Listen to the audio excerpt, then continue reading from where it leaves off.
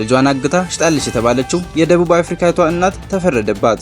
ለመጀመሪያ ጊዜ በጭንቅላቱ ውስጥ ማይክሮቺፕን ያስገጠመው ኖላንድ የተባለ ግለሰብ አነጋጋሪ ሆኗል። ሰላም ባላችሁበት ይሁንላችሁ። ወቅታዊውንና መደመጥ ያለበትን ጠቃሚ መረጃ ይዤላችሁ መጥቻለሁ። የ6 ዓመት ልጇን አግታ በህገ ወጥ መንገድ አዛውራለች የተባለችው ደቡብ አፍሪካዊት እናት ላይ ፍርድ ቤት ውሳኔ ያሳለፈ። ፍርድ ቤት ኬሊ ስሚዝን የተባለች እናት እንዲሁም የወንድ ጓደኛዋ ዩአኪና ፖሊስና ጓደኛቸው ስቴቨኖ ቫንድራይን ጥፋተኛ ናቸው ሲል በይኗል። ጆሽሊን የተባለች የ6 ዓመት ልጅ ከጠፋች 1 ዓመት አልፏታል። በደቡብ አፍሪካ ኬፕ ታውን ከተማ ከሚገኘው ሰላዳን ቤይ አካባቢ ነበር ጆሽሊን የጠፋችው። ሶስቱ ተጠርጣሪዎች ከዚህ ቀደም ጥፋተኛ አይደለንም ሲሉ የእምነት ክህደት ቃላቸውን ጸጥተው ነበር። የጆሽሊን መጥፋት ደቡብ አፍሪካውያንን አስደንግጧል። እስካሁን ድረስም አልተገኘችም። አቃቤ ሕግ የልጅቷ እናት ሽጣለች ወይም አዛውራታለች አሊያም ደግሞ ለውጣለች ሲል ክሱን አቅርቧል።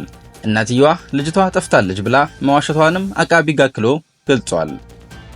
የፍርድ ቤቱ ውሳኔ በተላለፈበት ቀን በርካታ ደቡብ አፍሪካውያን በአካባቢው ተሰባስበው ዜናውን ለመስማት ሲጠባበቁ ነበር። በአካባቢው መጨናነቅ እንዳይፈጠር መንገዶች ተዘግተው ፖሊስም ተሰማርቷል። የእናትየዋ ጎረቤት የነበረችውና አቃቤ ሕግ ምስክር አድርጎ ያቀረባት ሌውሬንታ ሎምባርድ እንዳለችው እናትየዋ የሞኝ ስራ ሰርቻለሁ ብላ ልጇን ለባህላዊ ሐኪም መሸጧን ነግራታለች። በደቡብ አፍሪካ ሳንጎማ ለሚባሉ ባህላዊ ሐኪሞች ልጇን መሸጧንም ለፍርድ ቤት ገልጻለች። ጆሽሊን ባህላዊ ሐኪም የወሰዳት ለዓይኗና ለቆዳዋ ሲል ነው ብላለች። በአካባቢው የሚያገለግሉ ፓስተርም ለፍርድ ቤት ቃላቸውን የሰጡ ሲሆን የሶስት ልጆች እናት የሆነችው ኬሊ ልጆቿን $1100 እንደምትሸጥ ስትናገር መስማታቸውን ገልጸዋል። ጆሽሊን መጥፋቷን ተከትሎ ደቡብ አፍሪካውያን አደባባይ ወጥተው ፍትህ እንዲገኝ ሲጠይቁ መቆየታቸው ይታወሳል። በተፈጥሯ ሰማያዊና አረንጓዴ አይን የነበራት ጆሽሊን ለዓይኗና እንዲሁም ነጣ ላለው ቆዳዋ በሚል ለባህላዊ ሐኪም መሸጧን በፍርድ ቤት ተገልጿል። ፍለጋው በስፋት ቢቀጥልም እስካሁን ድረስ የደረሰችበት ሊታወቅ አልቻለም። ለመጀመሪያ ጊዜ በጭንቅላት ውስጥ ማይክሮቺፕን ያስገጠመው ኖላንድ የተባለ ግለሰብ አነጋጋሪ ሆኗል። ብዙዎች ተጠይቀዋል። በመቶ ሺዎች ያስገጠሙት ማይክሮቺፕ በሰውነቱ ውስጥ እንዲቀበር ይፈቅዳሉ? ከ8 ዓመት በፊት በገጠመው አደጋ ምክንያት ከትከሻው በታች ፓራላይዝድ ሆኗል። ከወራት በፊት በተለቀቀ ቪዲዮ ላይ ኖላንድ ከአእምሮ በሚተላለፍ ትዕዛዝ እየተመራ በበይነ መረብ ቼስ ሲጫወት ይታያል። እጁንም ሆነ እግሩን ማዘዝ አይችልም። ሆኖም ግን የቼዝ መጫወቻዎችን ከአንድ ስፍራ ወደ ሌላው ስፍራ ያንቀሳቅሳል። ከየትኛውም ስፍራ ወደ የትኛውም ስፍራ ማንቀሳቀስ እንደሚፈልግ ሲያስብ ጭንቅላት ውስጥ የተቀበረው ቺፕ መልእክቱን ያነባል። መልእክቱ ወደ ኮምፒውተሩ ተልኮ ኖላንድ ያሰበውን ድርጊት ይፈጽማል። በኒውሮ ቴክኖሎጂ ማሰብ ወይም መራመድ ስንፈልግ አንደኛው ኒውሮን ከሌላኛው ኒውሮን ጋር በከፍተኛ ፍጥነት መረጃ ይለዋወጣል።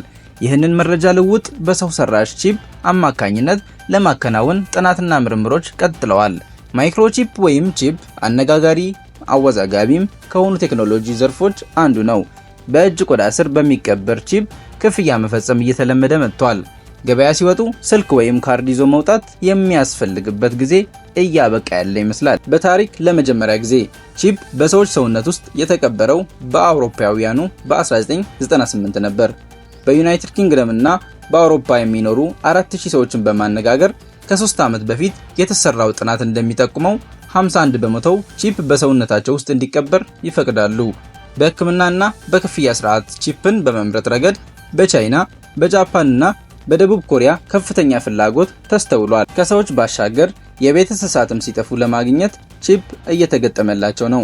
እንደ ስዊድንና ኔዘርላንድ ባሉ ሀገራት ባቡር ለመሳፈር፣ ምግብ ለመግዛት እና ወደ ቢሮ ለመግባት ቺፕ መጠቀም የተለመደ ሆኗል። አንዳንድ መስሪያ ቤቶች ቺፕ ያላስቀበሩ ሰዎችን አንቀጥርም ማለታቸው ተከትሎ ቺፕን አስገዳጅ ማድረግን በሕግ ያገዱ የአሜሪካ ግዛቶች አሉ። ከጤና እንዲሁም ከግል መረጃ ጥበቃ አንጻር ማይክሮቺፕን የተመለከቱ ጥያቄዎች ይነሳሉ። በሌላ በኩል ደግሞ ቺፕን የተመለከቱ የሴራ ትንታኔዎች ተበራክተዋል። ለዛሬ ያዘጋጀንላችሁ የዜና ጥንቅሮቻችን እነኚህ ነበሩ። በቀጣይ እስክንገናኝ ደህና ቆዩ።